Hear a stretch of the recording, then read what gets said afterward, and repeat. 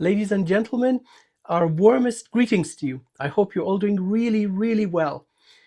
Well, it seems that the spectacular motion forward continues. We've got an incredible guest, Trevor Grassi.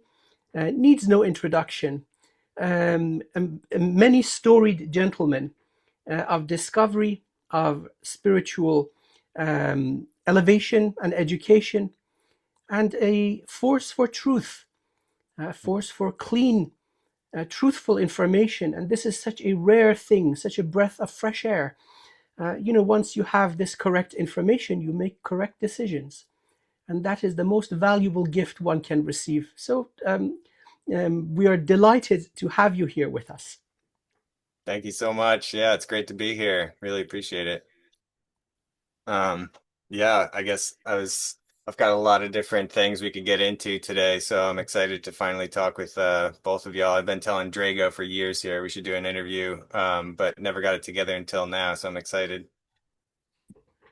Absolutely. So, Trevor, let's start with the good stuff. Your creations. So you've got one there towards your right hand on the white cabinet. That thing, oh my God! As soon as we started, that bad boy started pulling me Yeah. in. Yeah, this is a prototype for one of the I make all different types of coasters and charging plates and things utilizing this tensor ring technology. So this is one I made that actually levitates these two rings so you can spin them. You can even counter spin them. They're balanced just with magnets holding them up. And yeah, this is one of the ones I was working on a design for this. I don't have this available yet to buy, but yeah, these are called tensor rings. So these are twisted copper that are welded back onto themselves. And this came from a guy named Slim Sperling, who was he determined that it created an energy field when you flipped a wire back on itself and twist it onto itself. So what it does is it creates, depending on the specific diameter of the circle you use, which are based on the ancient cubits, not just the sacred or royal cubit that's the most famous from Egypt, but others as well. Like this is based on the royal cubit that you can determine from the Great Pyramid.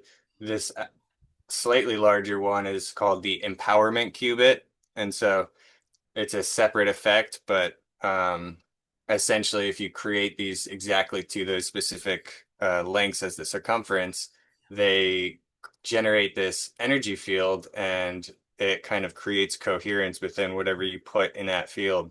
So if it's spinning, it's going in all directions, but generally they have this energy coming out from one end or from both ends. And so if you put food or drinks inside that area, you can actually it will kind of charge it with life force. I've got a ring here. This is like the sacred cubit one.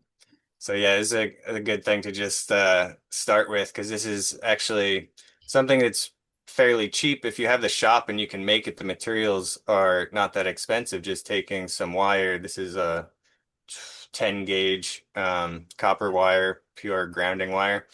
And so, yeah, it creates this field basically coming out from it, and you could put your drinks or something inside of it. It will charge them up. And yeah, it's because you're using the sacred qubit. This is what supposedly locks it into for the sacred qubit specifically 144 hertz frequency, whereas other ones are 177 or 188 hertz. So they utilize these beneficial frequencies that actually yeah, I would say it in a way of like it creates coherence within the cellular structure of whatever you're charging with it. So you can do drinks, or I'm doing an experiment right now with some apples where I'm going to see how I've got an image actually of some of them. One that I put this apple on it and forgot about it for like 6 weeks or months, I mean, and then came back and the one that was just the control was totally shriveled up and brown. And the one that was on the coaster like was way better and bigger. So I'm trying to do another one of those. And that Uh, sounds like it's getting to almost like stasis technology where they would do this in these ancient sites to sustain the beings or on ship or something like that, where they would produce these frequencies to lock in the actual frequency of It's like to Yeah. prevent oxidation. You know what I'm saying? A locked in frequency. That's some amazing stuff. Yeah, exactly. And yeah, I make some smaller ones. I just this is one of the newer designs I just came up with is a round version of an 8-inch plate with the seed of life with a bunch of the rings inside. So it's like you can just store whatever you want on top of here. And yeah, like you say, it's, everything in the ancient world was about frequencies, and even these rooms and chambers or structures are built to specific frequencies. And it's because of a relationship between the actual units that are harmonics of the actual size and shape of the planet, which give you these numbers. And when these numbers are used with those units, you end up kind of using this whole science, which is what I'm really all about trying to bring back and reconstruct. So this is one really great way that we can do that. And yeah, there's a lot of people getting into this now.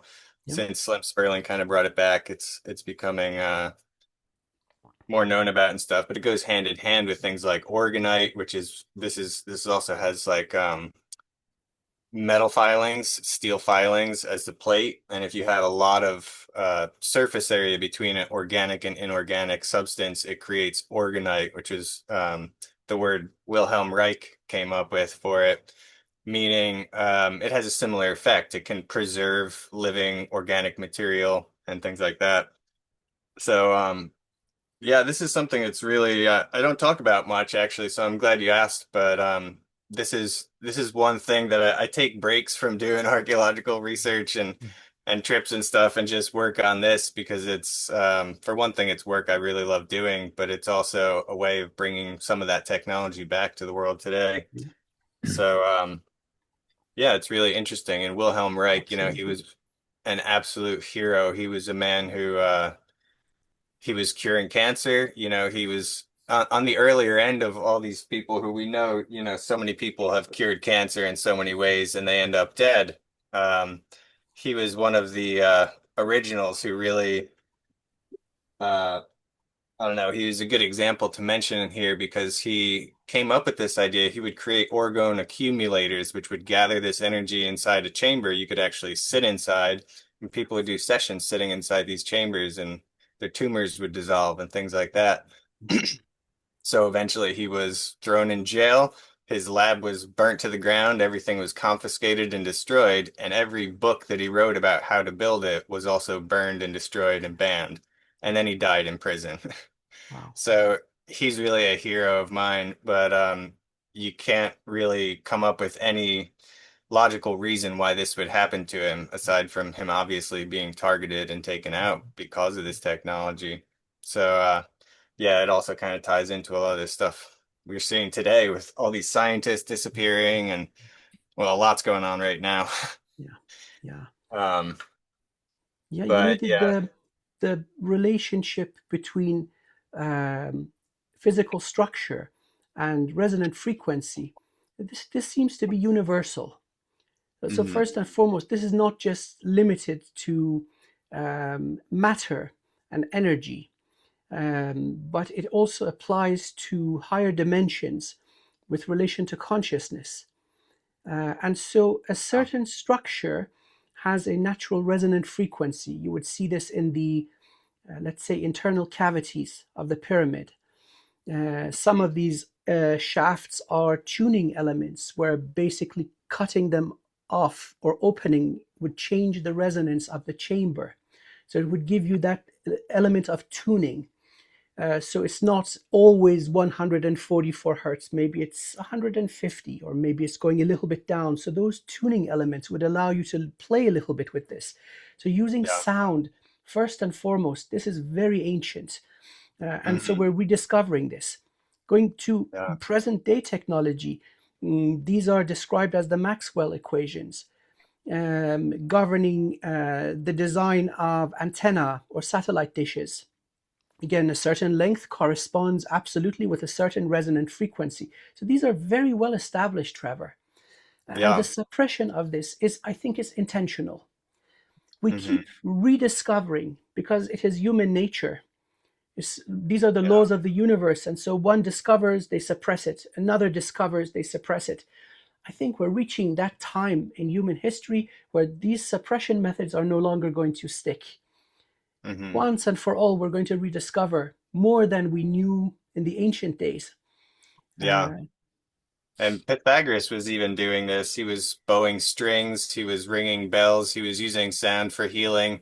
So we know it goes at least back to him, but we see it going much further back in ancient Egypt. There are a couple temples in particular that have actually sound healing hospitals, including Kam Ombo, the Sobek temple, the Crocodile temple. This is also doubles as a sound healing hospital, and you can go into all these resonant chambers that have different frequencies depending on your illness. Or at Saqqara, there's a very there's one with like 11 chambers on each side, like 22 of them that are each different. Some of them you can stick your head in and just you can hum, and if you find any resonance that hits the specific one of that little niche, it will just ring like crazy. There's even some you can stick your head in without making any sound. You hear this like rumbling vibration of the earth almost, which is really, really amazing. But actually, I went on my last trip. I got back like a month ago from my first actual tour, which was amazing with Chris Dunn and the Coffer Project, Mohammed Ibrahim. And we did an add-on trip down to Amarna, which is where Akhenaten was from, and all the Akhenaten stuff. We went to what's called the Royal Tombs there, and there's one chamber where you go almost down to the very last chamber. There's one shaft. It's maybe like, I don't know, 12, 15 feet squared, but going straight down. It had a dirt floor. We couldn't see how far it went down, but you walk through on this wood platform, and it was the same thing. When you walked into the center of that room, it sounded like a jumbo jet was flying over. It had this rumbling, just like constant vibration that was really wild. I got some footage of it because I'm not sure if the sound came out, but it's like a jet's going overhead. It's wild. So yeah, it's there's a lot of the understanding of resonant frequencies that comes from as an effect of this entire science that's based on these units, the meter, foot, and the cubit, which all three were used in ancient Egypt. And I'm working on getting out more proof of that to establish that because it's very important.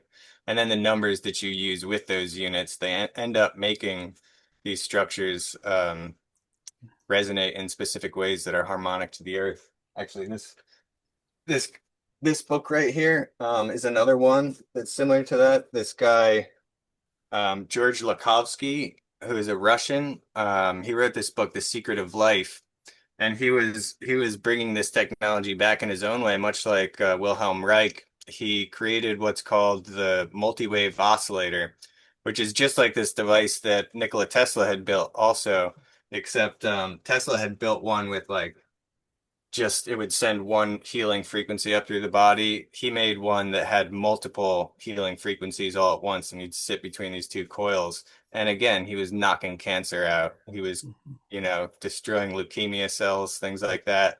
And it's all non-invasive waves going through the body, not targeting the healthy cells. So yeah, this is all part of the science that I want to help bring back, not just studying the ancient past, but actually bringing back to life a system of energy and medicine that could replace hospitals on the world. The way these pyramids work, the future of hospitals could just be pyramids, I think. It's really interesting that you say this. Looking at the pyramids in Mexico, exactly what you said is also reflected there, especially in some of the smaller structures, not the big touristy ones. You see, they've got these little chambers, very steep steps, but then they've got these more gentle slopes at the side, as if it was designed for elderly access. And then inside the resonant chamber, resonant cavity, these seem to first pull energy from the earth. So whatever you can do as a healer or a psionic being is drastically amplified. So you've got the energy of the earth, the amplification of the healer himself or herself, and then a number of these chambers. So this was a regular thing not too long ago, perhaps 500 years ago, 600 years ago. before the Europeans came and called them savages and massacred a whole lot of them. So these were enlightened people. You see, if left to our own devices, we're going to rediscover all of it. You're right now on the brink, tweaking with the components of something much more complex. So the counter-rotating tensor rings, I haven't seen that in a very long time. Let's say ancient times. So these are being rediscovered. There's no two ways about it. The thing that's going to be the difference this time is no more extinction events. No more ice age, no more volcanoes, no more floods, no more diseases. It's done. And so we have at this time surpassed what the Atlanteans knew. We just crossed that threshold.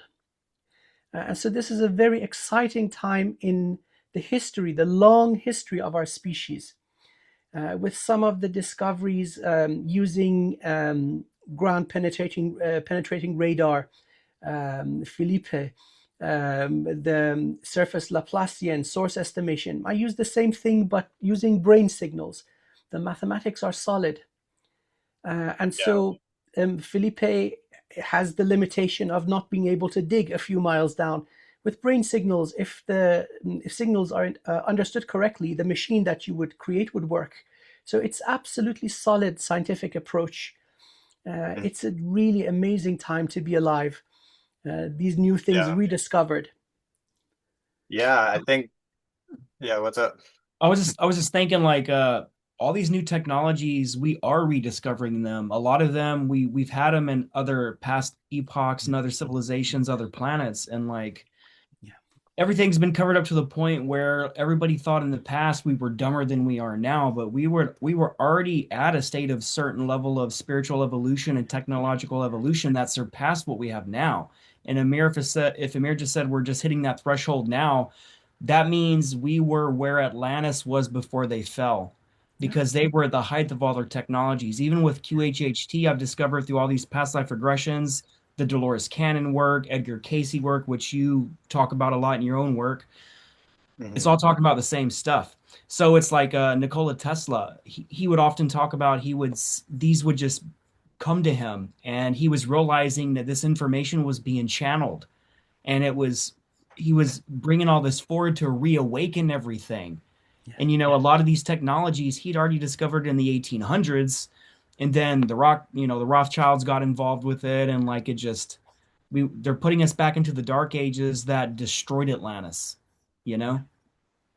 Oh, yeah. Tesla rediscovered so much of this, I believe, and he also came to understand that it was something that was known in the past. I think when he started building his towers like Wardenclyffe, he was working on the same principle. And like Amir was saying as well, I'll show this is like one of the models that shows kind of the Earth grid. This is like a paper one I got, but when you're focusing these sites on these points on the grid, you end up like Giza's right on this one. You end up tapping into this natural energy field that can heal you. And if you're putting a pyramid onto it, then you're also amplifying that ability to use that healing power, where you're also tethered into the Earth's own energy that's actually charging people with life force energy in a sense. And yeah, there's a couple things you just mentioned that ring true. I'm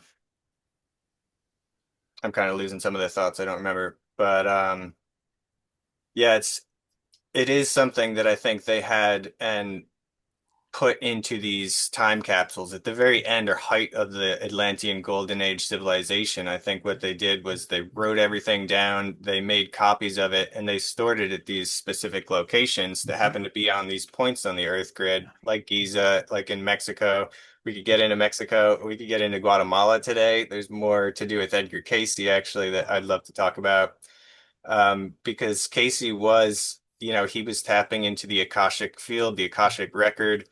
It was the same thing. Yeah, like Tesla had said, there is a source from which all information comes in this universe. And I'm able to tap into some of this information, but I have not yet understood what this source is. Or I forget his exact quote he had about that, but you could tell he was tapping into this connection to the Akashic record. I think a lot of these words and terms we have are teetering around the very same principle, like Yes.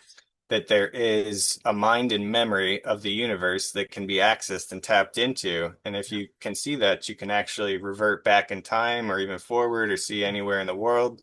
So a few of the things you've just said, Drago, actually are right on point in what I want to get into today, if we can, about um, that this information, that let's say the Hall of Records, this is what I'm all about, is discovering this ancient science, whether it's through direct written records inscribed on tablets or on walls and stone, or knowledge that was, somehow stored directly into crystals like quartz that can hold and retain information. Um, or in some cases, like I'm talking about as well, you can just directly reverse engineer it from what's open in plain sight, from the dimensions and size of the pyramids. You can actually extract the information and the units and the distances and measures, like I'm talking about. So there's a few ways that we can work to recover this knowledge, and I like to work on both fronts: decrypting the knowledge from the monuments themselves that are already here for us to study, and also working to try and get these excavations. So yeah, it's between remote sensing and remote viewing. These are two ways we can actually project our consciousness down and observe things with some degree of accuracy. And I get into that. I'm actually very, very supportive of the idea of using psychic elements and astral projection or remote viewing to look into these things, even if it's not going to give us definitive, absolute proof of what's there, but just helping to see what could be there.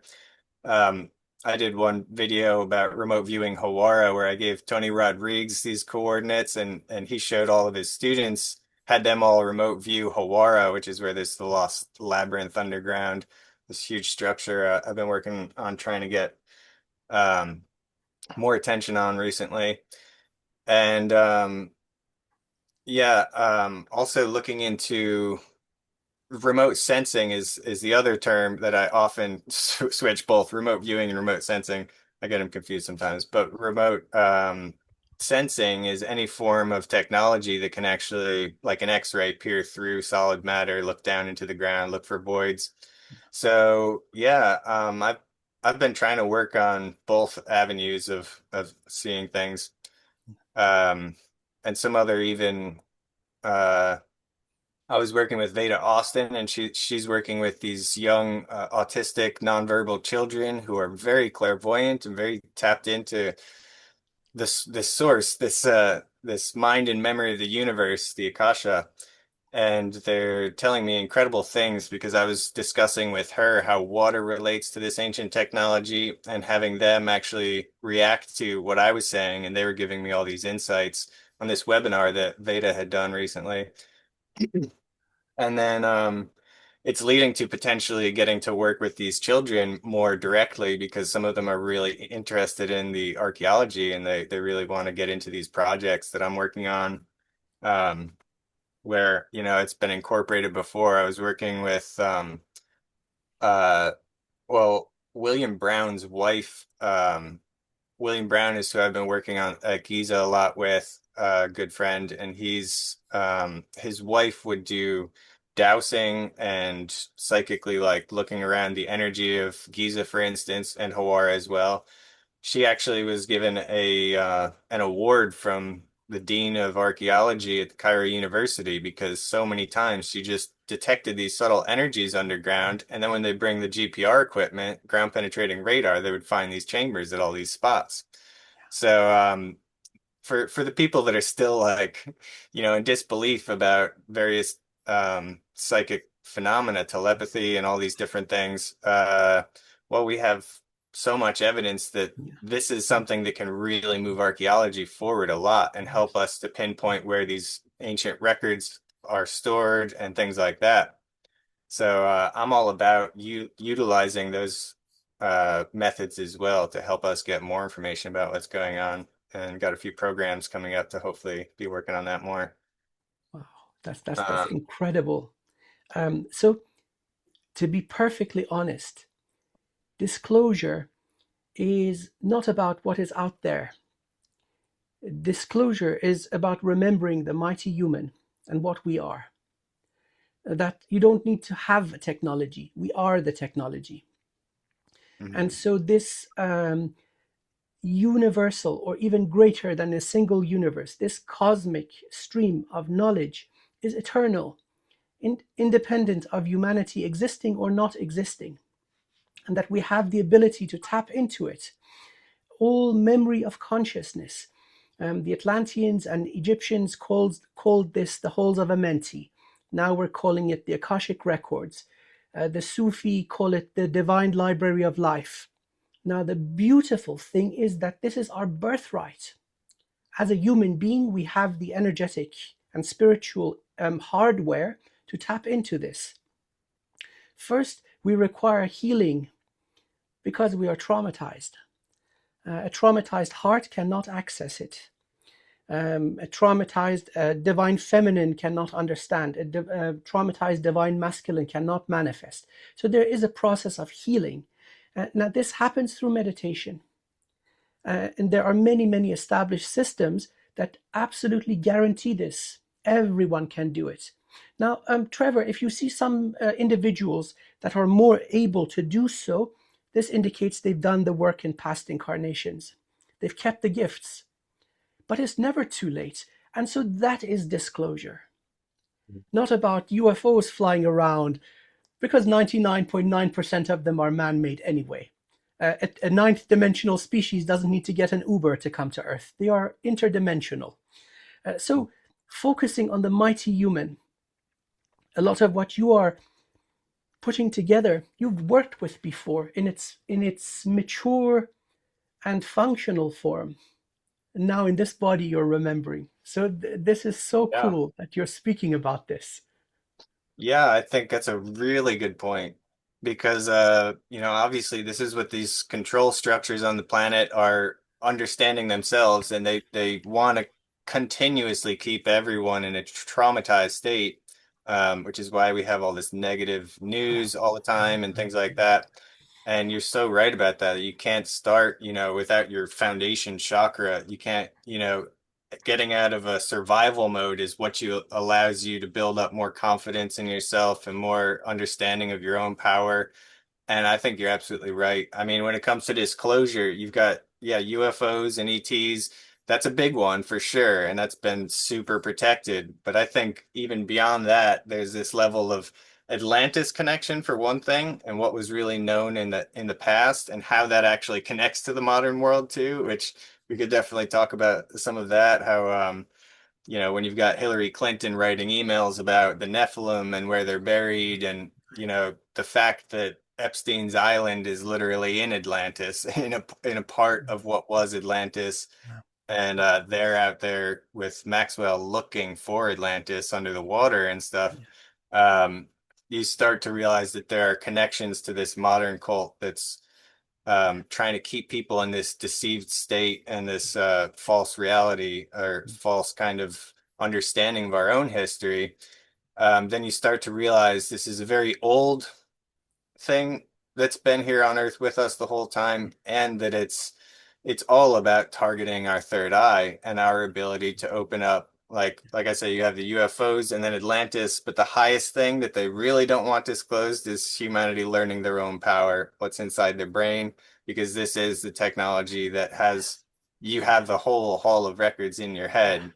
Yeah. And when it gets to that point of where, opening these records under Giza, for instance, and other places, will start to kind of activate people's own minds and memories.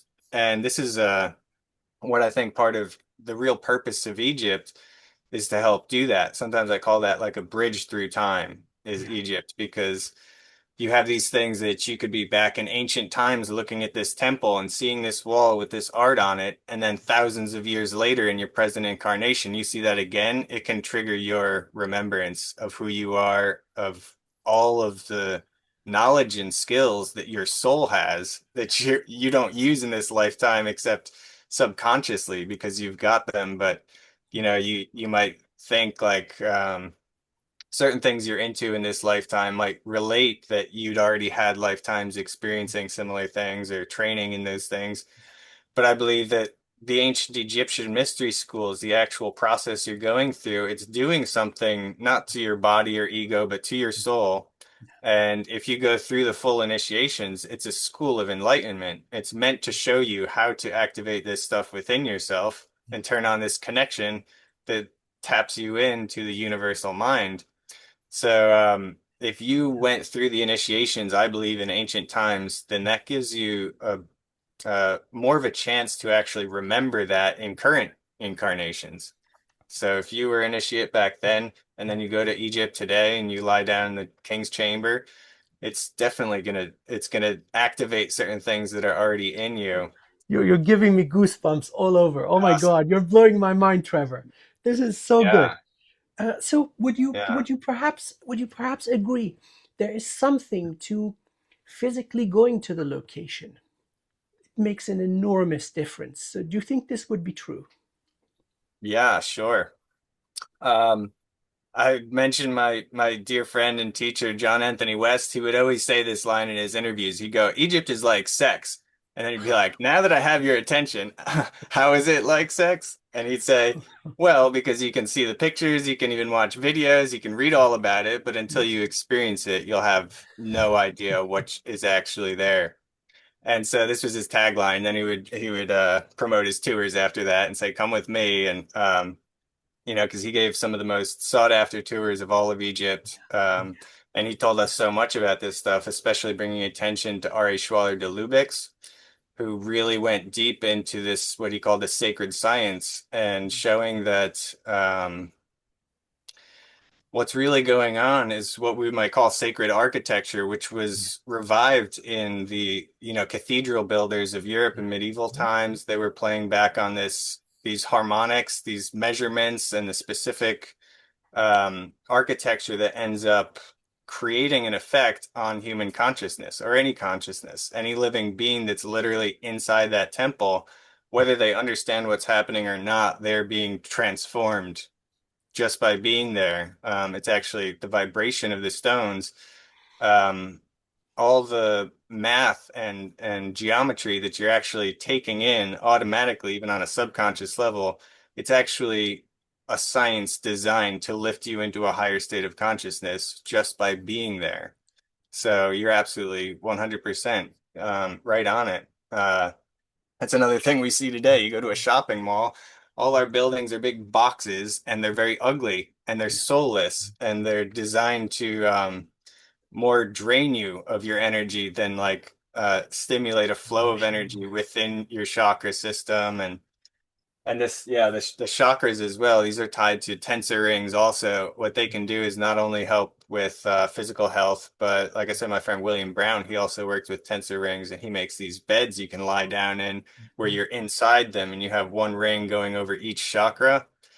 And these are things that actually help pull you towards your soul. Essentially, it helps you to meet your own true self. And just like you said, like Jesus said, Yeshua, he said, you can do all these things that I'm doing and more. And Edgar Casey said that too, but Casey was proof of it. Yes, yes, yes, indeed. And yeah, I mean, I would even mention Dorothy Eady as well. She remembered her past life as Om Seti, and she ended up going by Om Seti, the name, when she was living with King Seti the First at Abydos. And she's such a great example of that because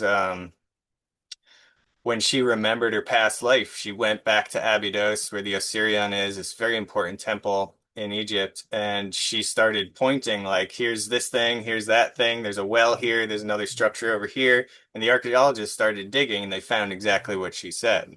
So she's one of these untouchable proofs that this kind of thing is real, that people Yeah. do remember. And actually, it's a pretty good way to find some things when Yes. people do.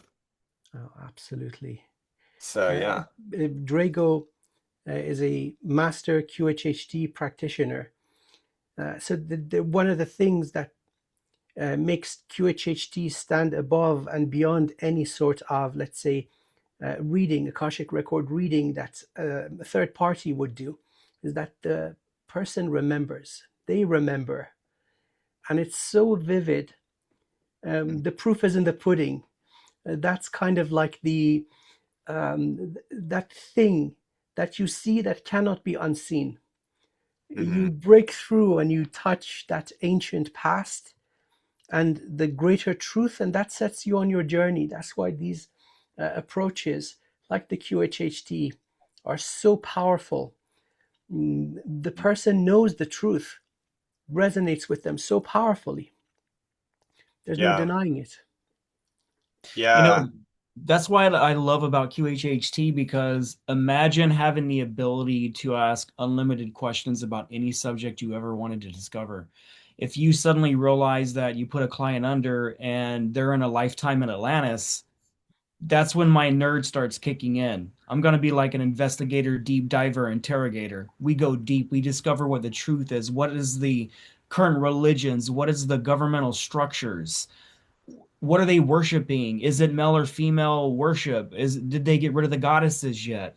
So like Amir's right. Like when I do a consult on somebody, and let's say you can't come to me yet for like a QHHT session in person, I'll recommend Amir immediately to get them those answers immediately. If there's a constriction of time or space, they can't afford to fly across the United States to come see me or something like that, I'll have Amir have them, he will view all this stuff for them. So when they have this QHHT session, now I have all these crumbs I can follow of stuff I would have never discovered, because it's remote viewing. We was talking about it earlier. We've had all these discussions behind the scenes in the remote viewing context, where this is the next level of society. We have to merge remote viewing and QHHT into the world. We need to do scientific studies showing these are real, put them in the science books, start showing people that Amir likes to call us the mighty humans. The biggest discovery is us. There's so many threads I wanted to talk about earlier, like Trevor, you mentioned like the Atlantean symbolism and the Epstein stuff, and that's part of Atlantis. Yeah, the colors of the Anunnaki is blue and white. A lot of the statues on the islands around there, Will Smith owns some. A bunch of major people, Richard Branson of Virgin owns some of those islands. And it's nothing but Anunnaki, Atlantean symbolism. Lots of Poseidon, worship of Enki. All over Epstein Island is worship of Enki. So yeah, I believe everybody's been talking about that there's like a base under Epstein Island. And I believe these are ancient. This is ancient. This is like they're rediscovering stuff that was there. And islands like that were owned by the direct descendants of the Anunnaki and priests. And these were not accessible to the public. These sites were off limits. Yeah. But yeah, man, QHHT, discovering the truth of Lyra, the truth of my origins, like, god dang, man, if you ever want to become a healer, if you ever want to help people, man, if you want to make your archaeology better, if you want to make your discoveries better, get into QHHT, learn past life regression, learn Akashic record reading and remote viewing. Because doing those two things, you will discover everything yourself. You don't need people telling you answers anymore. You're getting it yourself. You're seeing it yourself. So when I open the third eye of a client, when they're on a couch across from me, they're about to go on a journey. And just like Amir said, they go there. They remember it. They are in that body. They can discover and describe everything, and it is intense. So I just wanted to throw that in, because like these are very magical realms. The realms of me and Amir, and what we can see and what we can do for people, man. We have to light more fires. We have to get more people doing this around the world, because if we don't inspire people to do this, we're not going to hit this threshold of awakening. We have to have people that are doing something versus of just contributing their mouth. QHHT, remote viewing, that's contributing, because if you take Amir Trevor to an ancient site, he can help you locate stuff that the SAR is going to see, that the LiDAR is going to see, the ground penetrating radar is going to see. And that's what we see in South America with Sean Bond and stuff. Like, we are the technology. That's it. We are the most important beings in the cosmos because we've been hybridized so much that the other beings around the galaxy talk about us. So I just wanted to say that. Yeah. Gentlemen, if I may, sorry, Trevor, for interrupting you.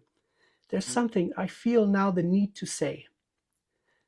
Um, Earth has a major role in our levels of consciousness. As our gracious mother, she started off as a seventh dimensional planet. Now she's down to 3.5, slowly healing. Now, part of this suppression of Earth occurred on these sacred sites, like both of you gentlemen mentioned. They're spotted all over the Earth. And the method of suppression was through large scale trauma, usually human sacrifice of great numbers. So, wherever you see a large amount of death, torture, and destruction, this is to keep these sacred sites suppressed.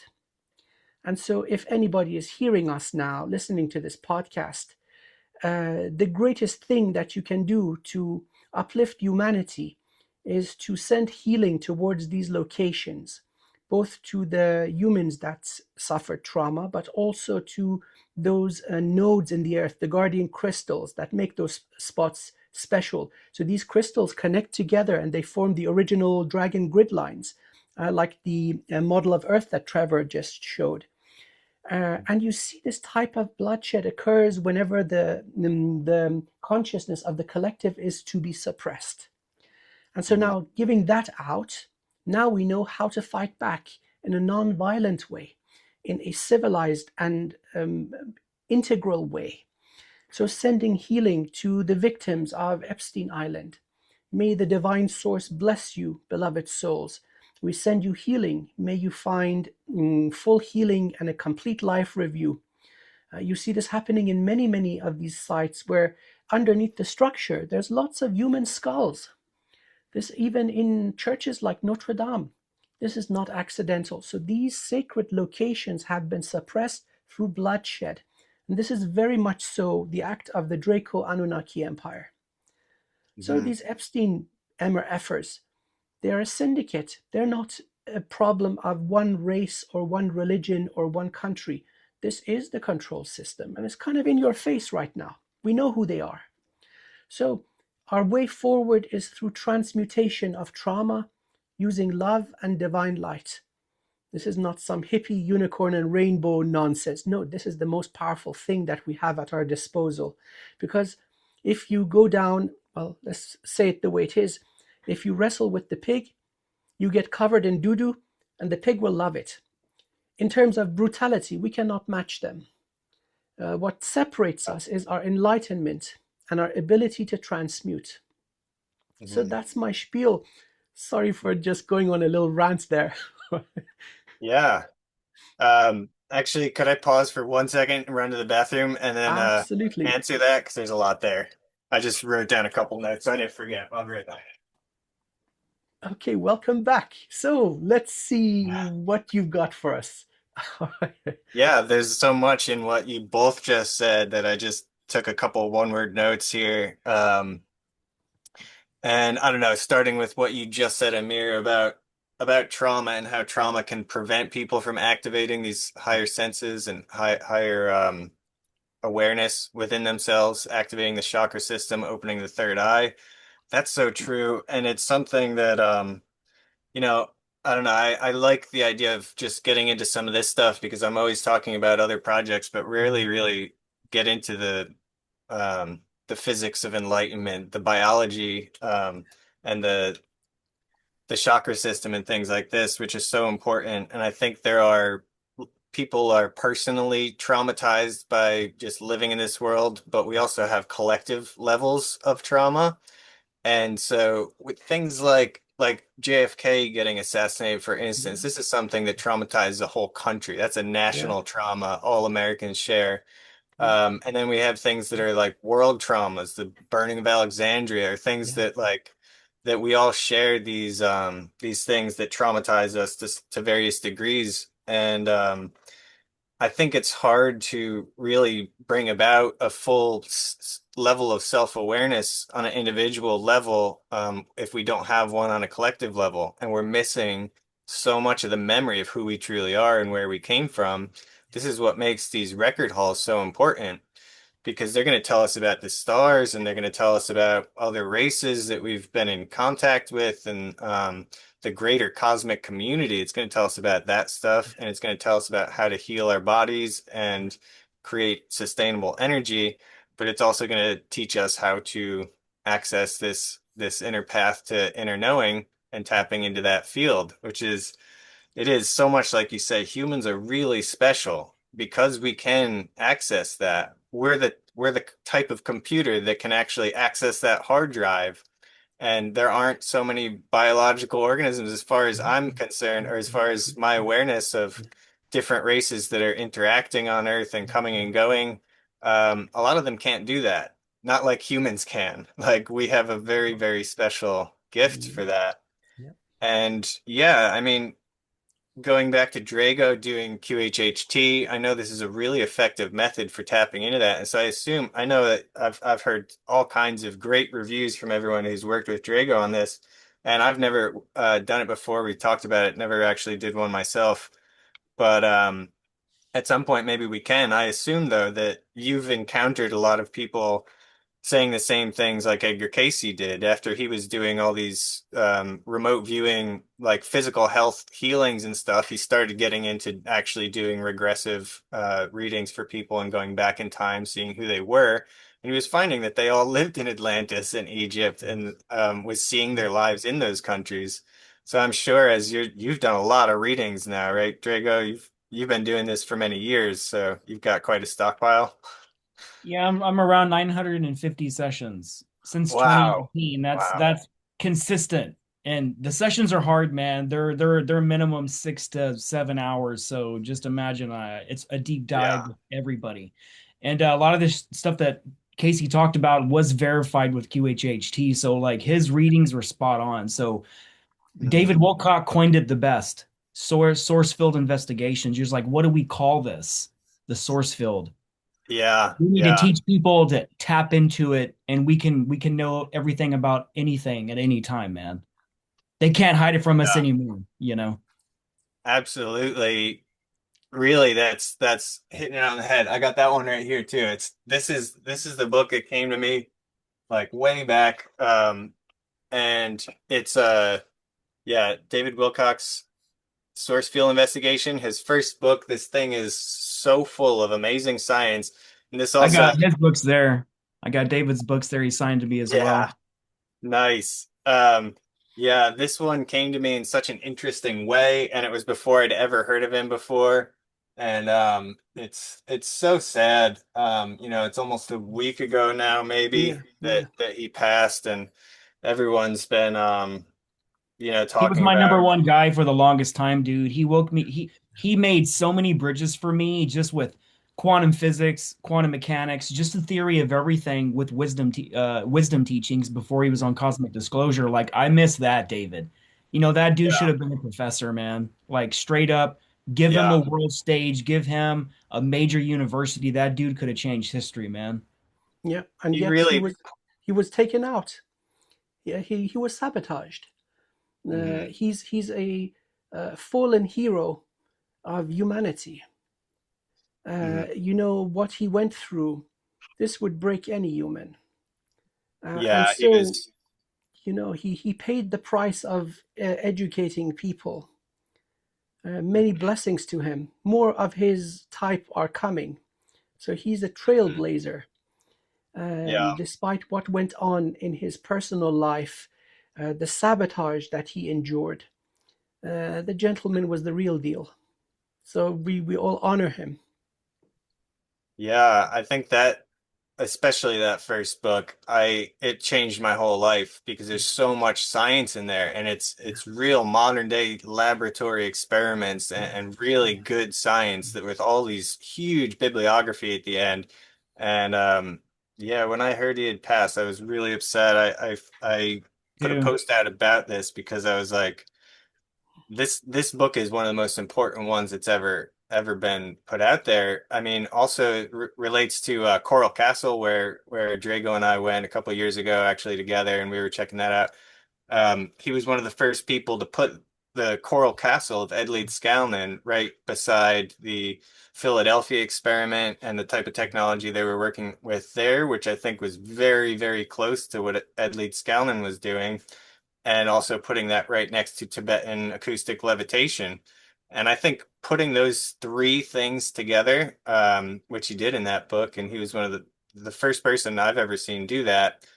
I think he essentially kind of really pinpointed exactly how these pyramids were built, how the stones were levitated to a level that I've never seen anyone else come close to. Really, actually getting into the science of levitation, how you can actually push these electrons of the atoms past the speed of light. They basically become a wave instead of a particle.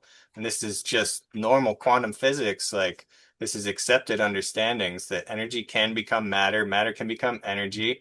And clearly, these ancient civilizations had what I refer to in my book, I call it the master technology, because I do believe there could have been geopolymers and softening agents and all these other techniques, but potentially later, or to try and mimic these effects that we see in the most ancient antediluvian megaliths. But originally back then, there was this technique that very clearly utilized vibration and frequency to actually alter the molecular structure of the stone and manipulate the density of the stone by actually turning part of its mass into energy. And then you could create basically a giant marshmallow out of this stone, drop it in a wall, and it'll squeeze up against the ones next to it perfectly and then reharden. So I think he was one of the first to actually put some of that together. And yeah, it's so sad. I mean, in this long list of this year's been rough. You know, our friend James Rink passing, which was very, very Yeah. interestingly timed right as the fifth final season of Stranger Things came out, which is a show about Montauk, of course, and he being a Montauk survivor. Yeah. And you know, Eric Von Daniken and Nick Yeah. Pope and these 12 different scientists that are all connected to Disclosure dying. Um, yeah, David's death is really, um, you know, a lot of people want to automatically just jump to, oh, it was faked. He's still alive at Cheyenne Mountain or something with all these other scientists. People definitely don't want to accept the possibility that he actually was pressured to that point to take his own life. And honestly, we still don't know everything about it, but we have, you know, a lot of information that's come out about it over the course of the past week seems to show that even if he did pull the trigger, we know that he was being targeted in so many Yeah. ways, Yeah. which is so sad that he's being pressured financially. Just, you know, surely people he loves were threatened, like so many ways where they can push people to that. And I wouldn't say it's impossible that it was staged and maybe he's in a witness protection thing. It's certainly possible based on how much we know, but you know, I don't know. It seems like there are so many ways that they can push people towards that. Or, you know, I was watching one of the film The Lost Souls of Montauk. I don't know if you guys saw that. That came out a year or two ago. 2023 is when they filmed this with James and Brian and a bunch of people were up in Montauk filming there. James ended up speaking to Preston Nichols about this, who's in charge of these Montauk experiments, and he said that it was likely that James had a suicide program built in to where, you know, when he gets to his mid 30s, 40, he's going to have someone just kind of jump into his body and kill themselves, and there's nothing he can do about it, and it'll look like it was him. So It's called there's, Omega programming. mhm. Like they could mind control you. They could write a program in and they could make you do it even if you don't want to do it. There's many ways like they could actually get him to pull the trigger. It's very sad, but I have the exact same Omega programming in me. It's standard and certain assets. And I have a little soft spot for James because he's always been like my little brother in the programs. We were at Montauk together. mm, And I spoke at his last conference, and he was killed within 6 weeks of that. And when he was there, the last time I saw him, I looked him in the eyes and I knew that's the last time I would ever see him. Mhm. And I had to walk away knowing that because I know he was about to die. And I'm like, these people, they won't stop. This TIRAP program, that's the name of the classified project, is called the TIRAP. And that's for targeted individuals. And that's why we have to get a team of remote viewers officially looking for this stuff. Who's targeting us? We need to weaponize ourselves, get together, find lost kids, find what's happening with these scientists. No one's doing big projects like this. Everybody's just wanting to just do their own thing and no one's doing it together. And that's the problem. We need like just like Sean Bond says, he has the Psionic League. We need a league of people that sign up to uncover the truth and that will put their life on the line to do it. I'll die for this. I said this 1,000 times. If they kill me for this, it is what it is, man. It was worth it for me, no matter what, just to wake up as many people as I can. But if you're not willing to pay that price, man, that's not true soul evolution. I know it sucks to die and everything, but death itself is an illusion. You have to release that fear and just step into your truth and not have it hold you back. Most people in QHHT, they're not living their truth. They're not stepping forward into what they be doing because finances are holding them back, relationships are holding them back, families holding them back, and they just lie to themselves. And like, this is why I'm here. I have the power to wake people up. I show them how they were messing up in life and how they're being lazy and complacent and choosing the easy life versus evolving, facing the hard stuff. And just to end this really quick, you got to forgive people. That's it. Forgive people. That unlocks the higher energies like Amir was talking about. You can't access these higher timelines if you can't love yourself and forgive others. It keeps you locked in the lower two chakras. So, I mean, that's the secret to everything right there. Yeah. Um, Accessing into these higher aspects of yourself and the higher realms, it's I think unconditional love is the key for you to actually acknowledging like, you know, that there is just one source, one life that we're all part of. It's something you can say, at a certain level in your path of discovery, but at a certain point you'll be given some experience that lets you actually know that we are Yes, one, all part of a single life, that we're all sharing and we're all one really at the core of it. And then Literally. having that compassion for every sentient being on this planet, every sentient being in the universe, they are all, it's, you see everything that lives as part of yourself, then you start working with the universe in a different way. You realize that nature has a plan for this.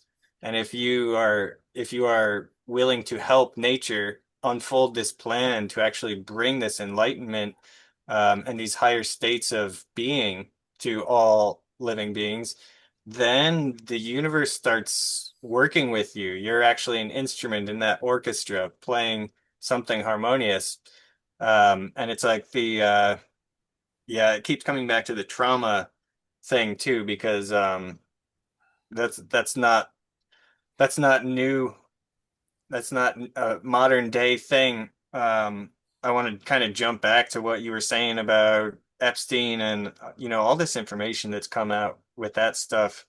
It's dark nights of the soul that are happening on a planetary level now. A yes, lot of us have been through, maybe multiple dark nights of the soul where yeah, your actual soul is tested, your intellect, you're psychologically tested, spiritually, emotionally, all those things, and you have to go through these trials to actually get this knowledge and understand something about the suffering, something about the disease that's here on this planet, this sickness that needs to be cured. You're not going to cure it without looking at it and being able to yeah, see the rot and the infectious, yeah, disgusting parts of what's there.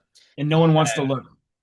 No one wants to look at that. I don't blame them. I remember many, many years ago when I was starting to figure out about, the child, trafficking and abuses. This was long before Q or Trump or anything like that too. And that's, I have David Wilcock honestly to thank for a lot of that. He was one of the first people that was talking about that before it came out on a much wider scale. But um this trauma that comes to the whole world. Speaking of how it ties back to the ancient times, Epstein Island, yes, I think Atlantis itself was mostly concentrated in two areas between the Azores and the Caribbean. So I think Bimini and the Virgin Islands and the whole Caribbean is one major part of it. One of the mainlands that Casey called Poseidia, he called. And yeah, like the blue and white, the colors. You can look at the ancient Phoenician bathhouses, which look exactly like Epstein's temple on his island. And you start to realize that this, the world is starting to wake up to the scale of this thing, of this cult, and the severity of it and the size of it, but not the age of it quite yet. And Yes. that's going to be another thing that's also very traumatizing to the world, but it's also very important to look at and say that these people are the descendants of the pharaohs, which go back to the Anunnaki, to the gods, to the Shemsu Hor in Egypt, the companions of Horus, these beings that were considered the gods and their offspring hybrids with humanity, the Nephilim. These groups were holding a lot of the knowledge. They were helping humanity, and sometimes, or some groups of them were, um, while others were kind of going against it and trying to take over the world and control everything. And a lot of those, families and bloodlines actually moved to Europe. They took the Library of Alexandria with them. They didn't destroy it. They took it to the Vatican, where we still see the Bishop Mitre hats and these elongated skull throwbacks. And they've been the same families ever since. These Rockefellers and Rothschilds, you still see they even have sometimes kind of longer Literally skull. worshiping Yankee with those miter hats. Mhm. Yeah, well, it's all tied to the Anunnaki, to the Atlanteans, to the long skull race. Whichever, title you want to give these beings, we find their skulls all over the planet. We know that they were sharing very advanced wisdom with the world. And Edgar Casey called in Atlantis, he said when this high technology was there and it was misused by the population, the ones who were using this sorcery and black magic and kind of corrupting this power were known as the children of Belial, he called them. Whereas the good Atlanteans were called the children of the Law of One. And so this is also tied to what, Wilcock talks about the Law of One, which is a channeled text, from a few years ago where he lived with these people, which is kind of related, but maybe not. I don't know if I would say it is, but it's kind of working off of what Casey had called the Law of One. But anyway, Belial, this dark entity, which Rudolf Steiner in the Anthroposophy, he actually called it Ahriman, was another name for it. Basically Satan, basically like a satanic just culmination of all evil type of force that manifests in the human world in certain ways. And where Steiner was actually talking about it resurging into humanity, modern times into the world as this transhumanism and the AI and the evolution towards a digital,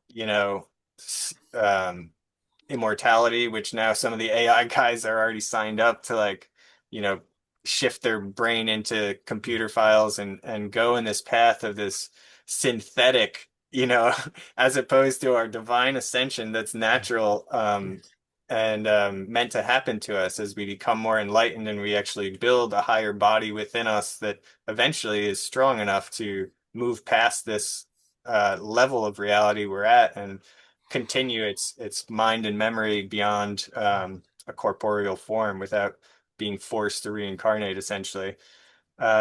There is this path towards what we call ascension, which is what the Egyptians were after. They wanted their heart to be lighter than that feather, in the afterlife.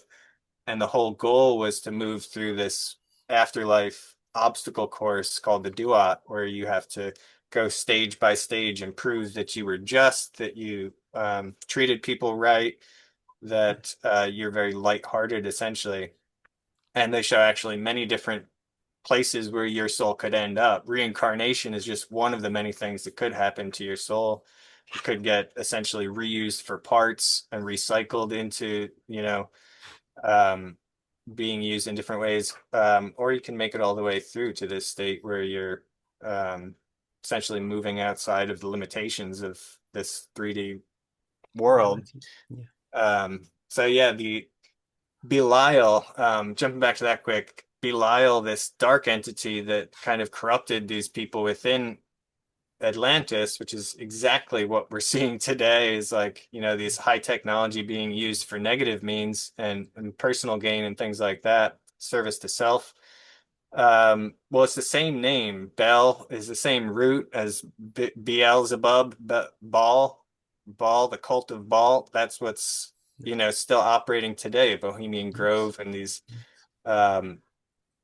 Baal being like often a cow type deity looking, or Moloch being more of an owl form, but a similar like Canaanite deities, and which were openly worshipped, and you know, they both are associated with human sacrifice of children and babies. And so if you put that together, Belial, Beelzebub to Baal, this is the same cult.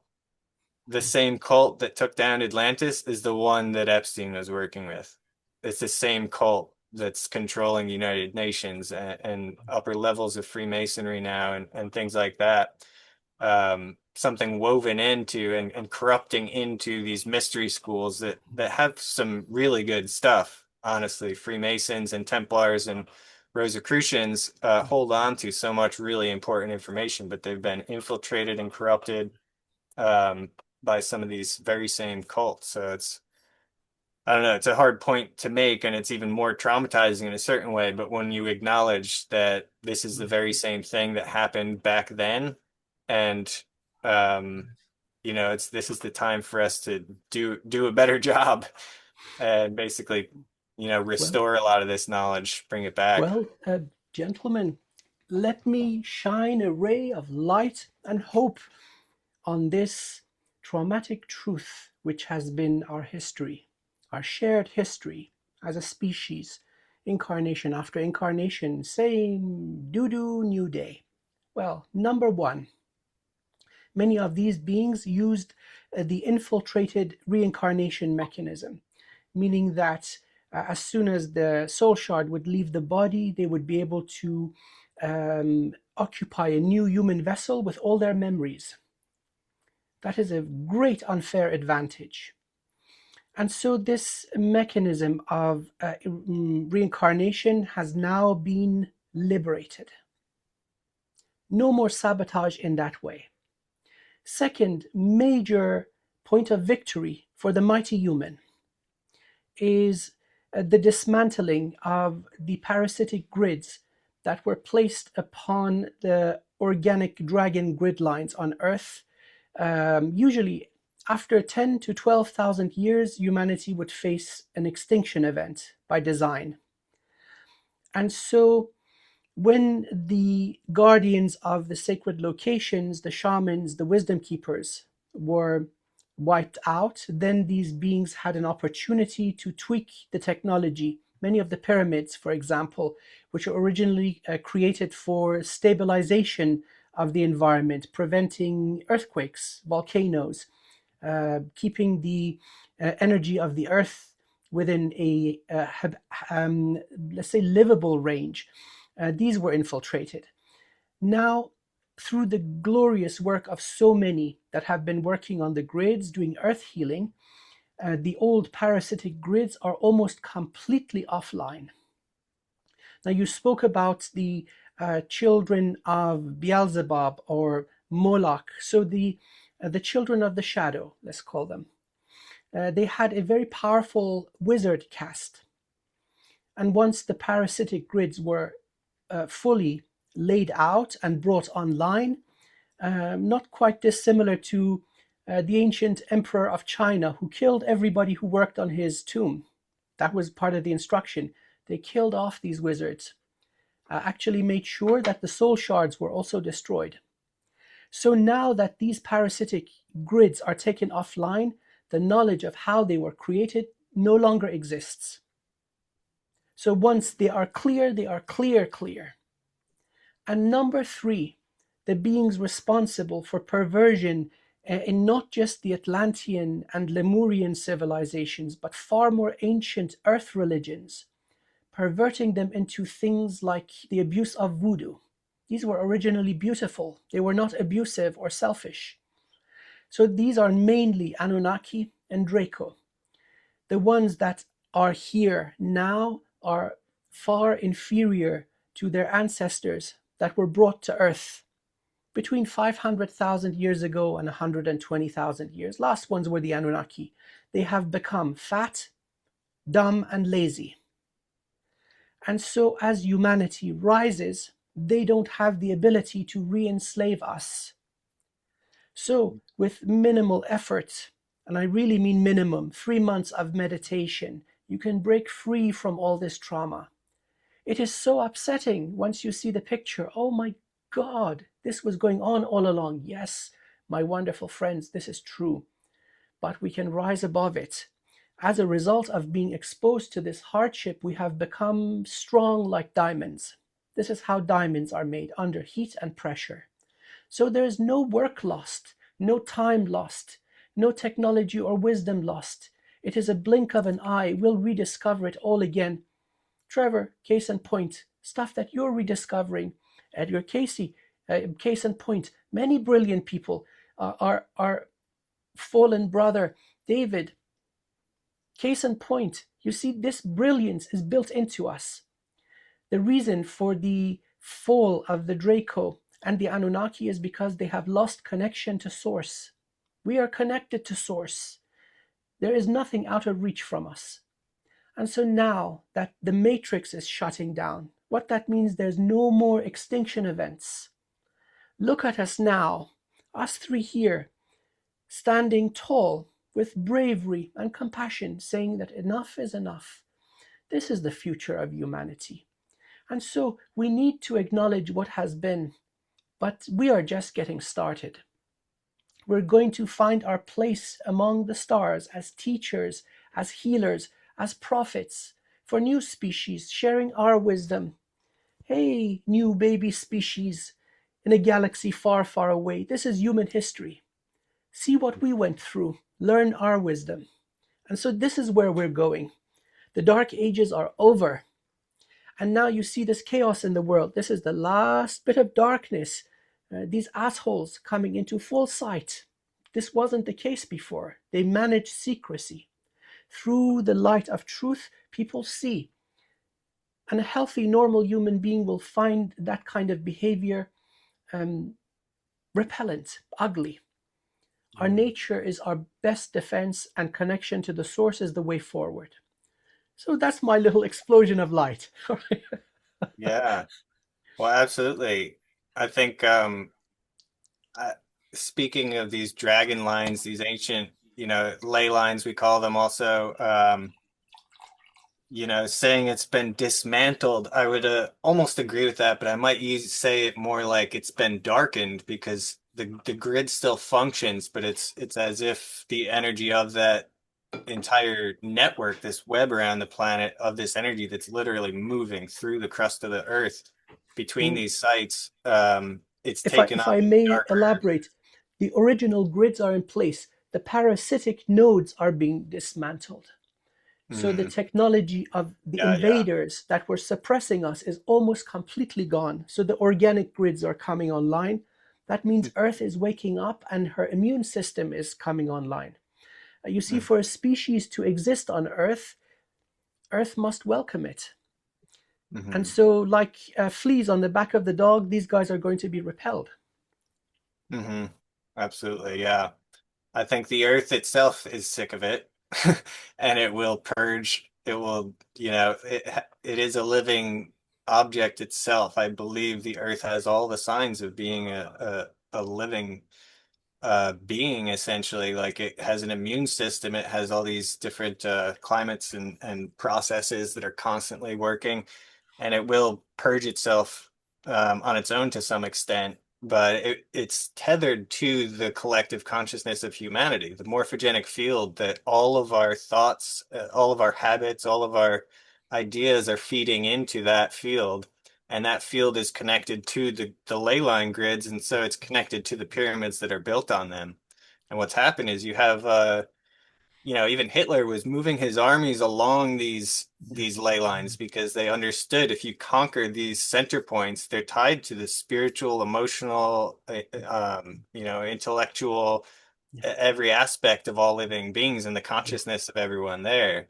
If you take over one of these nodes of the Earth's own energy where it's coming out at these locations, and you place on it something like the Giza pyramids that have the highest mathematics and things like that, or Angkor Wat, where you have this beautiful art, just covering miles and miles of reliefs of incredible detailed sculpture and relief. This is something that takes that energy through it. It's like a filter that's putting this beautiful energy on it, and it's radiating out to the whole region. It's going to give life to everyone. And so this is how these, it's not just giving, electromagnetic energy or things like that. It's giving fertility and direct chi, prana, like actual life force energy to sustain the entire ecosystem, not just some crops here or there, not just the human beings or even the animals, but everything is going to be enhanced by this energy. And if you say are using, these obelisks that are the same type of technology, let's say Washington, D.C. or the Vatican, where, they do, very dark rituals right underneath these obelisks. They do things that really darken the whole grid. And when they're doing black magic at sites like this, when they own the capital of the entire region and they're doing that type of thing, doesn't matter if you believe in black magic and sorcery or not, they're still doing it, and they're doing it very effectively. But if you tie this in, and this comes back to a couple things you just said, because I was mentioning this webinar I did with Veda Austin and these amazing young autists. They're we ended up I talked a lot about Marcel Vogel and combining that with Veda Austin's technology and getting into these crystals, what quartz crystal can do, and why these obelisks are made of quartz, or made of the granite that's so high in quartz. The quartz is functioning as an interface between your consciousness and the actual stone. And that stone will store in the quartz all of this energy, be it a prayer or a blessing or a curse or something dark. And so, like you said, we can actually, once we put together how this thing is working, you program the quartz, you program the crystal or the obelisk, it continues to use that energy. It holds it unless it's reprogrammed. And so if you have like water running through it, for instance, they're always on rivers and the water is coming under and being structured by the energy of that crystal. You can reprogram it. You or I or any of us can send a loving energy to these obelisks and reprogram the crystals within them. And we can lighten the grid in that sense. Or if you go to Egypt and you sit in the sarcophagus, the box, I wouldn't call it sarcophagus, but that magical box in the King's Chamber, you can actually put love into it. You can put health and blessings for humanity for, millennia to come into this. And so we can literally remotely, just from our bedroom or living room, you can reprogram these objects that are actually tethered to what we could call the Gaian logos, the mind of Earth, which is tethered to the solar logos, which is tethered to the galactic logos. This is how the microcosm can access all the way into the universal field of knowledge and intelligence and memory. And that's what's beautiful. If we get that grid glowing light white, and we clean the energy that is actually balancing the entire all living things on the planet, then we have a direct path for more people to directly connect in like Casey did. And it kind of brings me back towards Edgar Cayce again, because he is the perfect example of what actually happens when you reach this state and you can go anywhere, see anything, go back in time. And I do believe we're going to be finding these literal record halls that are telling us the history of Atlantis in these different spots that are stored where those energy nodes are, where the pyramids are. But also, as we start to see that history, the real confirmation is going to come from every individual who is now becoming an Edgar Cayce themselves. And so we're going to have you know, Yes. 10% of the human population is going to be Edgar Yeah. Cayce's, well, then Yeah. anyone can go back to Atlantis and remember and see and recover this knowledge directly. So there's something where this technology and the discoveries and the consciousness of humanity are all tethered and they can ascend together. Yeah. So when we start discovering more things um, like what's going on at Giza right now, what's going on in Guatemala, this other project, maybe I can talk about a little bit, is also directly Please. related to Casey, and what he told us was very important. Um, but yeah, with Giza, like we're saying with Filippo, he's just announced this morning. He put out a post about this second Sphinx he's looking at Giza, which is very exciting, saying he's going to share a lot more information about that June 21st when he's doing his next press conference in Italy. I'm going to try and go to that. I'm not sure if I can swing it yet, but hopefully I'm going to go there, and we're going to, Frank actually hopefully will be able to come too. Frank Rogla, who you guys just interviewed. And we're going to try and like get that conference translated into English as quick as possible and get it at that night. But yeah, maybe I can talk a little bit about Guatemala actually for a second, because that is one of the projects I haven't really mentioned too much, but it's really exciting. Um, Again, to do with Edgar Cayce, because for those who don't know, he was the one who really highlighted this hall of records underneath the Great Sphinx at Giza and said that this was some records that were brought from Atlantis around 12,500 years ago, placed there. They had all this information about the stars, about the human state, you know, how to actually access these higher states of awareness and things and perception. And also um, just a lot of the history that we had lost about where the original Egyptians had come from, some of this stuff that's actually written on the walls of the Temple of Edfu, Yeah. the Temple of Horus, but a lot more detail about that. What he said, though, was that there were three halls of records on Earth that had identical contents. So exactly what is under the Sphinx is also in these two other locations, he said. And there's many more record halls than that, but these three, he said specifically, had identical records. One of them, he said, was on the bottom of the ocean now today, which I believe is probably the city that's off the coast of Cuba on the sunken on the ocean floor. But it could be some other, there's many submerged ruins between Bimini and Cuba in that area. And this is another thing that Ghislaine Maxwell was looking for with her submarine. We know she was like the pilot of the plane, but she also operated the submarine, and the submarine itself was called Atlantis. And some of those emails that were recently exposed actually talked about that she was looking for this city off the coast of Yeah. Cuba. But anyway, the third one was Piedras Negras, Guatemala. And in 1933, Casey was doing a reading for someone. He ended up saying, well, one of the other record halls was brought to Guatemala, to the Yucatan, by this character, this Atlantean man named Iltar. And he brought it there, set it up somewhere on the coast, and then there was further earth changes later on, and he had to move it further inland. So he brought it to this site called Piedras Negras, which is it's Casey basically said it's this one site in the Yucatan where the University of Pennsylvania is working right now. The only site that they were working at was Piedras Negras. So we basically have it absolutely known that this site is the one he is saying had the records just like the Sphinx. So I've been wanting to go there a very long time, and I just went just before my trip to Egypt. I got to go there with Marco Vigado, who's this amazing friend of mine who's done incredible work in Mexico. I did a whole interview with him called the Secret Underworld of Mitla in Mexico, because he's done GPR, electrical resistivity, magnetometry, all these different remote sensing projects. And he actually discovered at Mitla, which is in Mexico, this entire like underworld of the Zapotec kings that's been lost forever, and everyone's, you know, it's just been a legend. And he found all the entrances to it. So he was really interested in going to Piedras Negras, and we finally put together this trip. And I think Frank mentioned it probably a couple weeks ago when you both talked to him about it somewhat, but he was more talking about Mexico.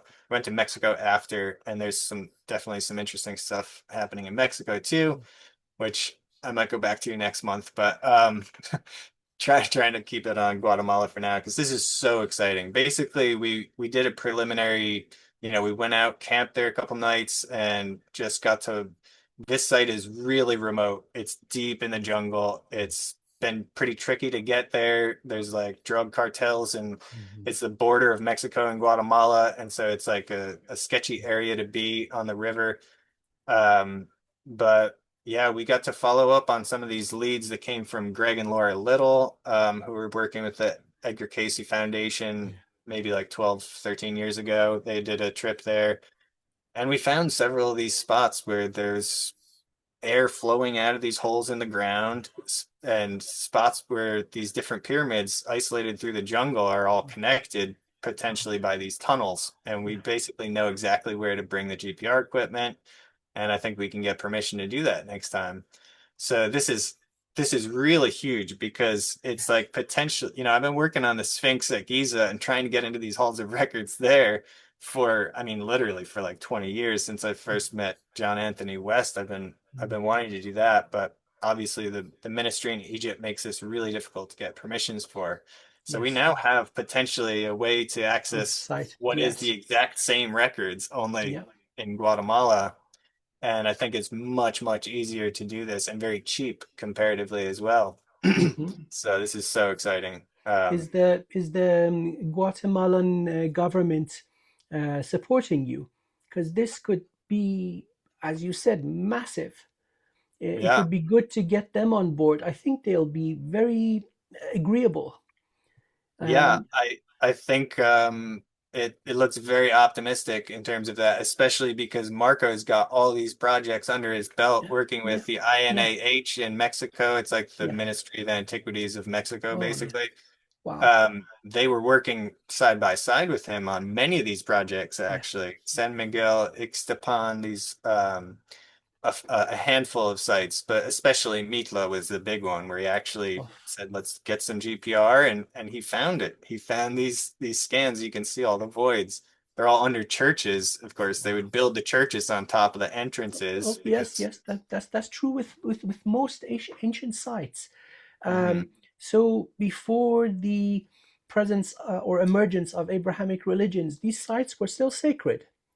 These are undeniable. I mean, you go to the location. First of all, there's this mm, unbelievable natural beauty around it somehow. The presence of these guardian crystals, these are nodes in the grids. Nature becomes super beautiful. The energy is undeniable. So these sites have always been sacred. But even across, let's say, the west of Asia, the north of Africa, many of these old temples have turned into mosques. And across Europe, they have turned into churches or priories. But the sacredness of the site has never changed. So Mhm. it's very interesting. You mentioned that now there are churches built upon it. These places were forever sacred. Mhm. Yeah, that's why they'll build the churches on them because they know you won't be able to do archaeological projects there later. It's Yeah, just kind of claiming it, yeah. claiming the entrance and keeping it secret. So this is exactly what my other friends working on the Chincana tunnels at Cusco in Peru, they're finding the same thing. The entrances are underneath some of these churches. They connect to the Coricancha and to other churches in Cusco. There are entrances underneath. Um, yeah, actually, in that case, one of the priests had said something about that they had these highly polished metals that they used as mirrors, and inside Mhm. the churches they had these like mirrors set up so they could reflect sunlight down into the temple, and it goes along following mirror to mirror through it. It ends up shining sunlight all the way up through the tunnel, The whole thing. all the way up Wow. to Sacsayhuaman. That's pretty cool too, yeah. Um, Could I actually pause one more time quick? I Yes. just drank a lot of coffee before. Nope. So Yeah. welcome back.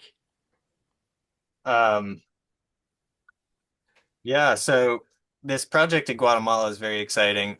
We're also working on as Frank mentioned, some stuff in Mexico. I'm probably going to be going back there next month. Some of the things in Egypt are very exciting, though some of that stuff I'm like hesitant to talk about some parts of it, but like at Giza, there's all kinds of things going on. And then there's Hawara as well, like 90 kilometers south of there. The labyrinth is actually getting dug up now. The excavations are starting, which is really exciting. With my friend Louis Decordier has been setting up all this stuff and arranging it.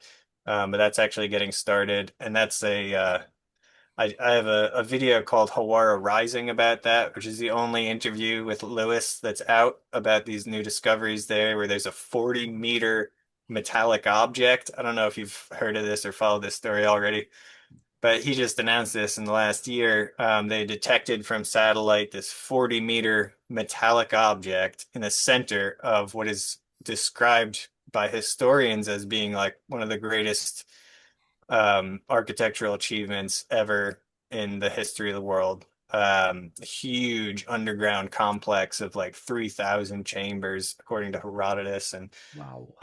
it's an extremely important hall of records, I believe. Like everything really Yeah. points to it being this archive of knowledge where, you have all these chambers so you can inscribe the text on the walls.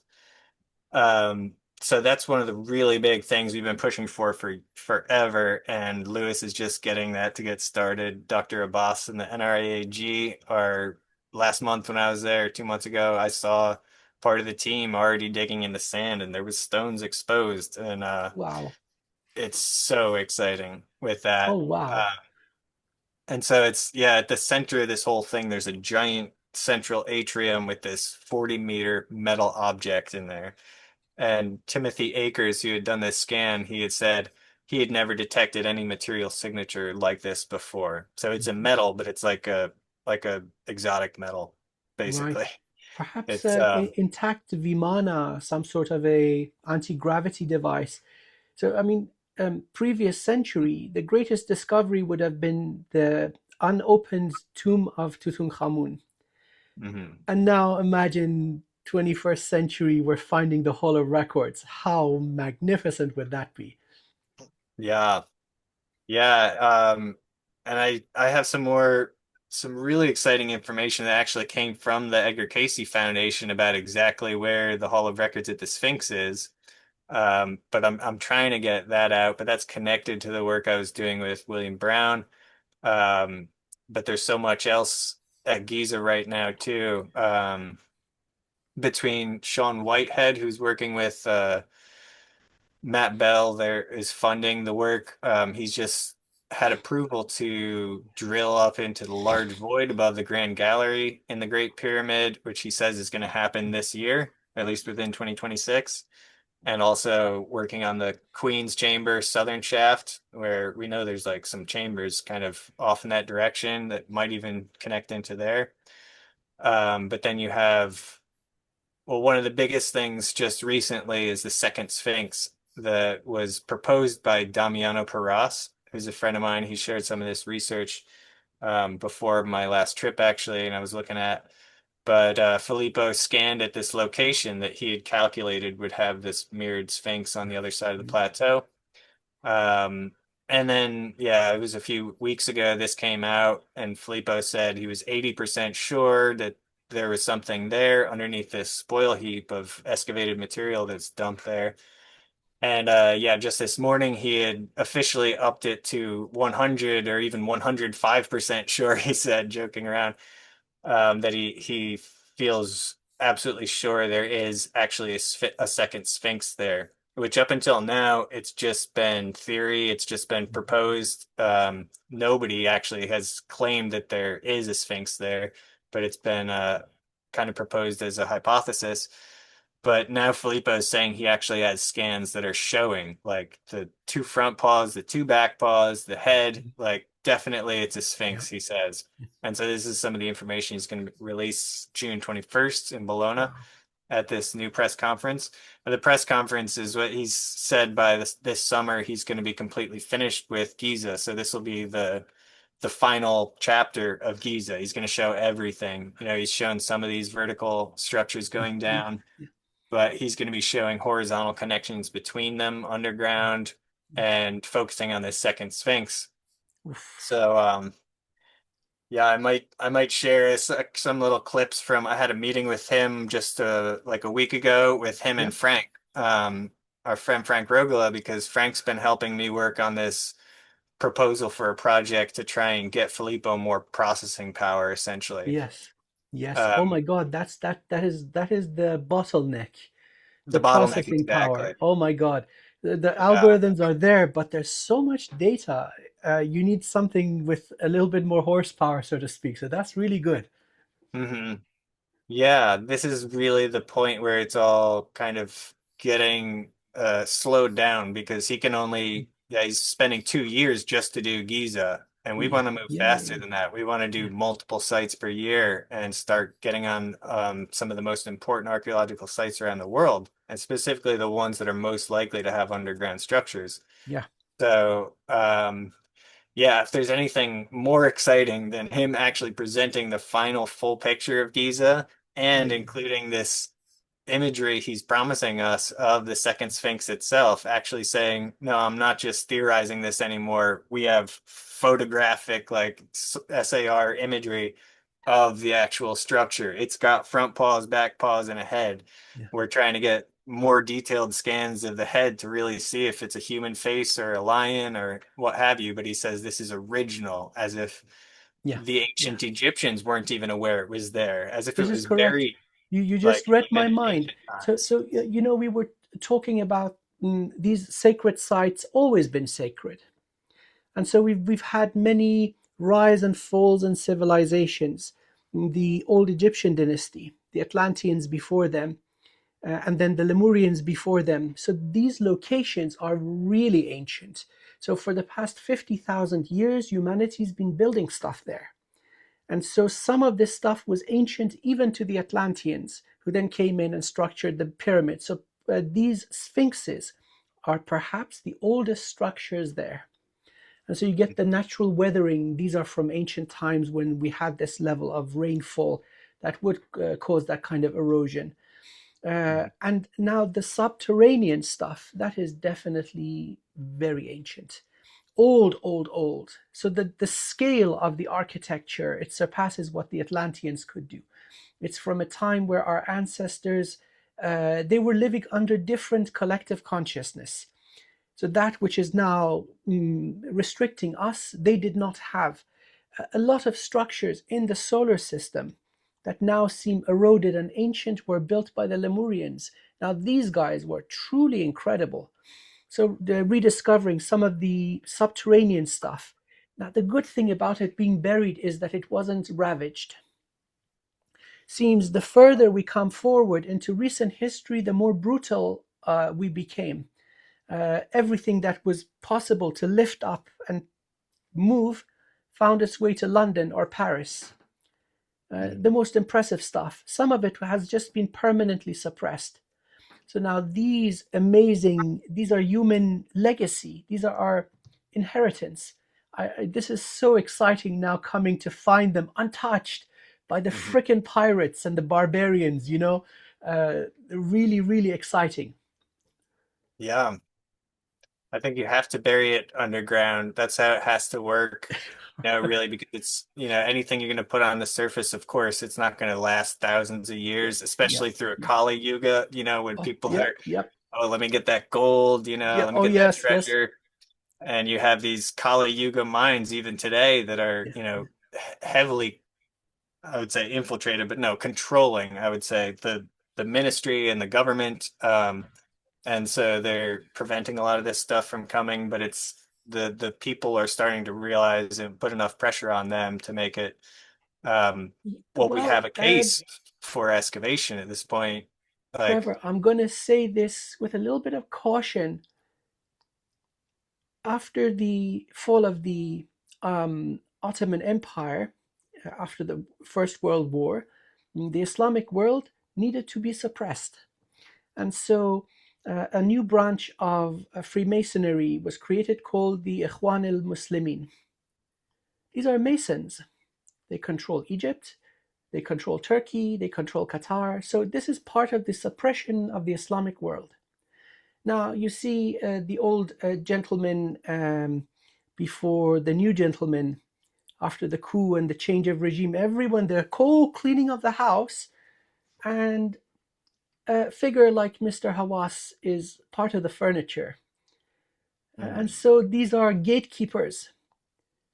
I'm so happy that you're now branching into Guatemala. These degenerates do not exist there. You're going to find some really amazing stuff. And without the red tape, without people restricting you, without any logic or reason. You're on the right path, my dear friend. Yeah, yeah, definitely. In Egypt, it's most difficult because that's where some of the most important stuff is. Yeah. And there are many ways to get, I mean, there are many different parts of Giza specifically that I've been focused on trying to get down into that we could access without hurting anything, without drilling or doing any damage whatsoever, just removing sand. There's so many places we can open up.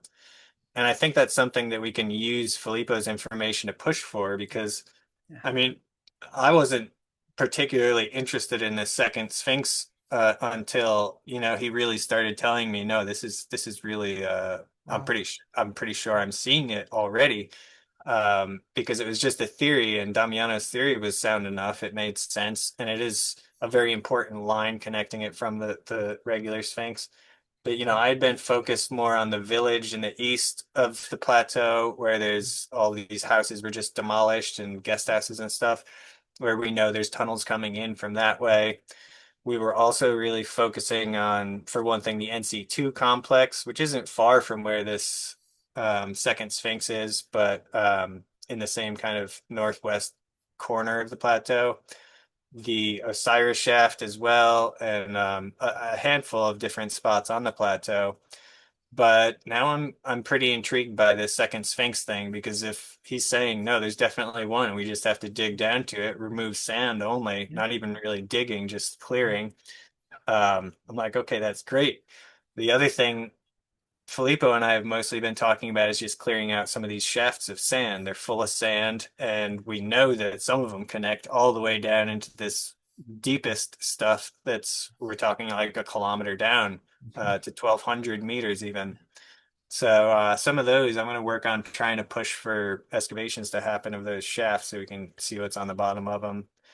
And I think we've got a very solid case for it now. And proposing this, this is kind of the big, really exciting news here is what this comes down to is we're going to create a program that's like a partnership between the Archaeological Rescue Foundation is my nonprofit that we're working on all these different projects with to help with Guatemala and Mexico and Egypt and all over eventually. But working with that and Harmonic SAR, Filippo's company, we're going to partner up and create a system where we're going to try and like raise some funding so we can put a lot of money towards either doing one of two, basically getting Filippo some new computers right now that will triple or quadruple his capacity at least immediately, and he can scan a lot more.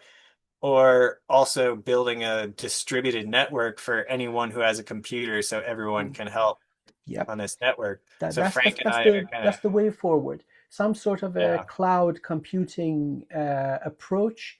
The benefit is you don't have to invest in expensive hardware. Some of these clusters are like mad expensive, $500,000 or $1 million for these specialized routers or servers that do number crunching, but a cloud approach where people give you part of their number crunching ability, that would be amazing. I think lots of people would happily join in. Yeah, I think so. And Frank's been helping a lot with that, pulling together a lot of information about that. And I'm talking to some local friends I know in New York who could help me build a server, which we're trying to do for the ARF anyways, is build our own server. So it wouldn't be too much harder to put Filippo's software in this network that way. So I think we're going to try and do both actually. Beautiful. So yeah, raising some money for that through the archaeologicalrescue.org is my website for the Archaeological Rescue Foundation.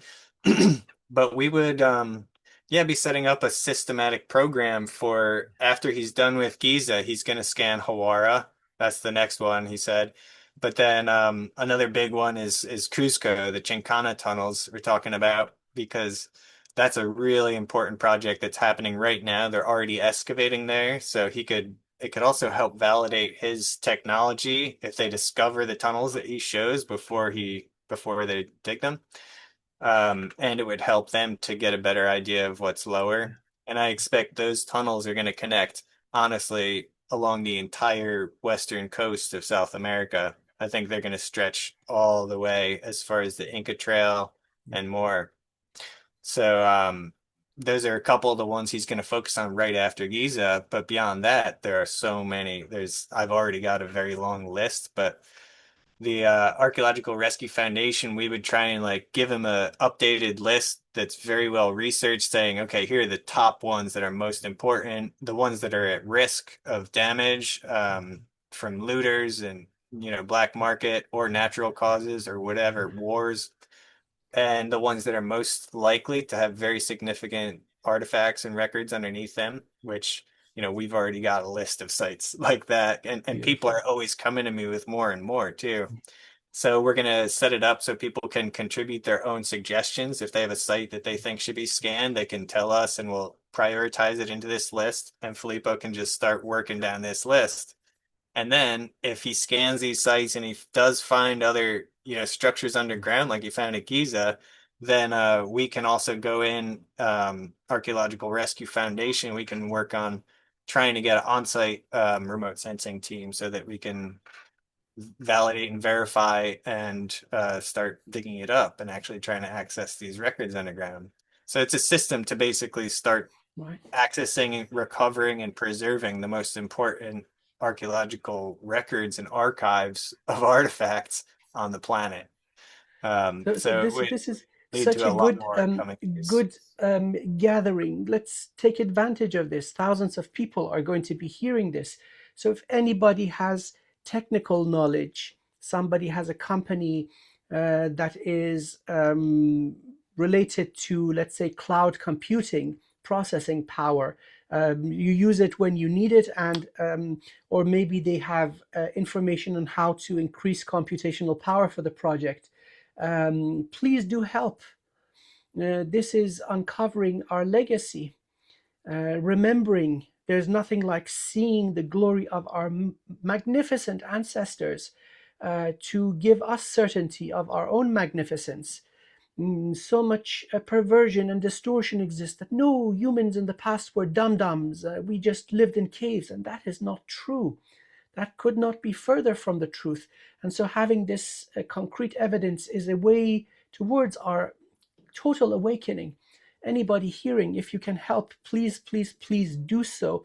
And Trevor, what would be the best place for people to find your work, and if they want to help out, to get in touch with you? Um, well, the archaeologicalrescue.org is for the foundation. And I'm on Facebook, just Trevor Grassi, and YouTube also. My channel is just called Trevor Grassi. So I've got most of my information I put out on YouTube, and there's a lot of information about all this stuff. What we're talking about with like the grid and reprogramming and the technology of pyramids. I've got one video that's really informative about that. It's called the Prosperity Machine on the YouTube channel. That was a presentation I gave at a conference earlier or last year, I mean. And I'm on X as well, but I don't use that quite as much. Facebook, I put out a lot of stuff, so you can find me there. Trevor Grassi, Grassi.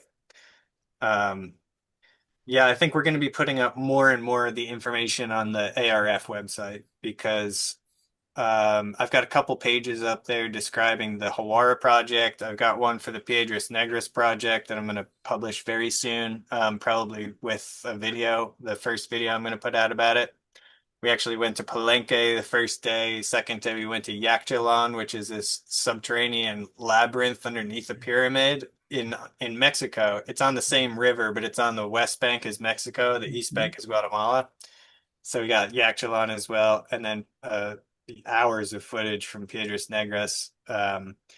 So yeah, that's we went to the cenote there. I can't remember if Frank mentioned this to you or not, but there's the largest cenote of all of in the whole Maya world as far as some are concerned, at least in Guatemala, some people say. But this cenotes, it's like you could fit 100 of the cenotes inside this one. It's massive, the sinkhole just going straight down into the earth. Yeah. And this is yeah, really connected as well to what we think the records would very likely be down in there. It'd be Mhm. tied into this whole underworld of massive spaces underground. I mean, Oh yes. this thing is huge and it's Yeah. dry at the bottom. There's no water, which means the water is draining down into something even further Even, below it. yep, yep, yep. Well, Uh, I mean, we've got subterranean civilizations at different levels of advancement, but these natural and artificial cavities do exist in Earth all around, lots of ancient bases and so on. So this is not a surprise whatsoever. So it would be, as you said, a really good candidate to store some stuff long term, putting it in yeah. a deep freeze or long-term storage, waiting for the correct time for Trevor to arrive with the Well, team of. it would be something if we found some like inscribed tablets in Yeah, yeah. Guatemala and then we found the same ones at Giza. Oh yes, That is one of oh the my God. ways it could Oh validate wow, itself. wow. Um, yeah, that would be pretty amazing. I think we're set to try and get down to the floor of the cenote next year and also bring back the GPR equipment for at the Acropolis and a few of the pyramids there. There's a couple O13 and K5 or a couple of the structures. That's what they named them. So yeah, it's if we get back there maybe next January or something, that's one of the most exciting things I can possibly be sharing. So I'm just yeah, I'm just like Looking so forward. excited about it, I could thrilled myself. imagine. I could imagine. Um, Yeah.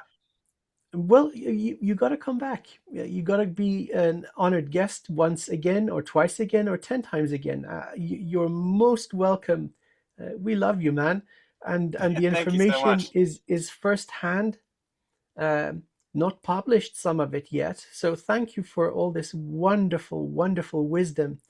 Um, Now, if you Yeah. wanted to give our audience some advice, right? So you're just summing up all that you have seen and all that you have learned and all that you have done. What would be something you would like to share with our wonderful audience? Well, I think all of this is something that should be a global, universal process. Like, I think everyone should be involved in this. So I would tell people to follow what I'm putting out because I mean, just to be honest, a lot of the stuff I put out, it's stuff that no one else talks about. So it's stuff that I consider to be very important, but that's not out there yet. So getting informed about a lot of this stuff, to be honest, I'm one of the only people talking about a lot of it.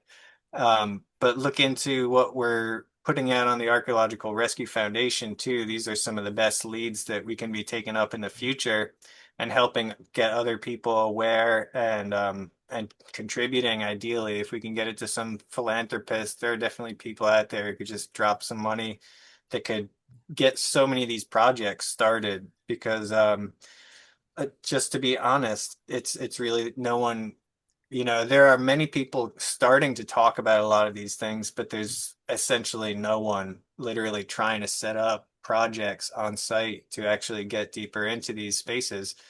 And so that's the idea for the Archaeological Rescue Foundation is we want to have a channel for that to specifically fund people like Marco Vigado, people like Louis de Cordier, people like Filippo Biondi, Yeah. who are actually bringing us new information that is so useful. Yes. But I would also tell people to take to heart some of what you're saying about trauma, about global events today. David Wilcock, so many of these people that we're losing, people need to pay attention. And I guess, don't look away. Don't be afraid of this sickness, because if we're going to be doctors, if we're going to be healers of the planet, we need to be able to look at this, some of this really disgusting stuff, to be honest, in order to diagnose it and find the cure. So, yeah, I mean, don't be afraid of finding the truth here. Look for yourself and recognize that if you can open up this process within yourself and really understand what the ancients were telling us about, I call it the science of enlightenment. That's what it is. It's a systematic process for how to actually work through these stages of growth that bring you to this state where you become like an Edgar Casey, an enlightened being, and you're actually tapping into this connective uh, system of scalability, moving from the microcosm all the way up to the universal macrocosm, and you're tied in. And this was the whole message of Egypt, that where you're seeking a total balance. The concept of mat is this equilibrium of all the different opposing forces of nature that combine to create this web that's in balance. And it was this process of trying to embody all those forces, all the netters, the neteru, these forces of creation within yourself and balancing yourself out. So yeah, everyone who's putting these pieces together and trying to move forward in terms of personal progression and finding higher states of awareness, that's it's all helping shift the full collective consciousness up higher and higher. So yeah, the more we shine light on this darkness, and the quicker we can move through it towards the next world that will be, I think this is all leading to not just world peace, not just sustainable world peace, but world enlightenment. We're going to reach higher states of being where we're not, being enslaved by finances and, big banks and things. We're moving towards a place where everyone's going to actually have this power to be their own creative self, their own,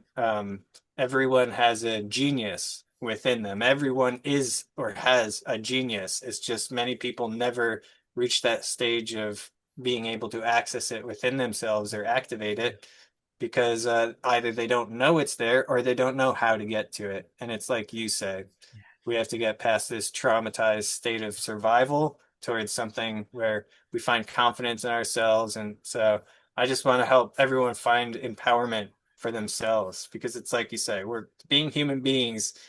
I mean, you think you're lucky to be the one sperm that fertilized the egg, you beat out a billion other sperm cells just to become you. But that's not even as significant of a win as just being a human being in general, as opposed to anything else. A human being it's really an honor to be in this life, in this state, because we have unlimited potential. So anyway, I want to thank both of you guys for having me on, because it's been an awesome conversation. And yeah, Thank you. That was so beautiful. appreciating it Thank you all. so much. Thank you, thank you, thank you. The honor is ours. You're freaking awesome, dude. We love you. And Thank you. Yeah. wishing you success. You're following your heart, and the universe rewards that. You're authentic. You're the real deal. Many blessings to you. Wishing for you health and joy and victory and discovery and enlightenment. All the good stuff. Yeah. Same to both Drago, of you. would you like to close down and add a few words? Yeah, I just want to add to the fact Trevor's really underutilized with this technology stuff he's bringing forward. He made this for me when he stayed at my house. It was a gift. This helps me change the fabric of my water and everything I drink. So get on his Etsy. It's Opus Magnum Arts on Etsy.com. contribute to his work. He needs to get to Mexico. He needs to get to Egypt. Like buying a couple of small things. It's like you're not buying gimmick stuff. So you're buying real frequency technology. So Yes. help support what he's doing, and let's just pay it forward to Trevor and thank him for what he's doing. And maybe part two, we'll get into those discoveries, the videos of you crawling in and out of these tunnels that I've been watching for freaking the last 2 years, man. Oh, I can't wait to see that stuff. So I mean, I got some yeah. new ones that. Yeah, I You're a got more to brave put out like gentleman. that. Oh my I can't God. fit in the tunnels that Trevor's getting in. So I'm like, dude, like for real, there's very small shafts. So I cannot wait to see what you've discovered, man. Awesome. Yeah, and there's still I'm seeing there's many more points on my in case we have time for it list. So we got more for if we want to do another interview at some point, Oh, even yes, now. But by the please. end of Yes, this year, there'll be more. yes, please, and thank you. You're Awesome. always welcome. We love you. I'm sure the ladies and gentlemen absolutely love you. Please do return. You're always welcome as an esteemed and honored guest with clean, correct, and new information. There's no agenda. These are data points. These are ultimate truths. And so hearing some of this stuff is going to trigger awakening in people. And so that's really our objective also. So, hey, ladies and gentlemen, we freaking love you. Thank you so much for being here. And to be continued, Trevor, you got to come back. So, have a wonderful day or night wherever you are. Much love and much Yeah, gratitude. Thank you so much. thank you. See you next time. See you next time. Bye.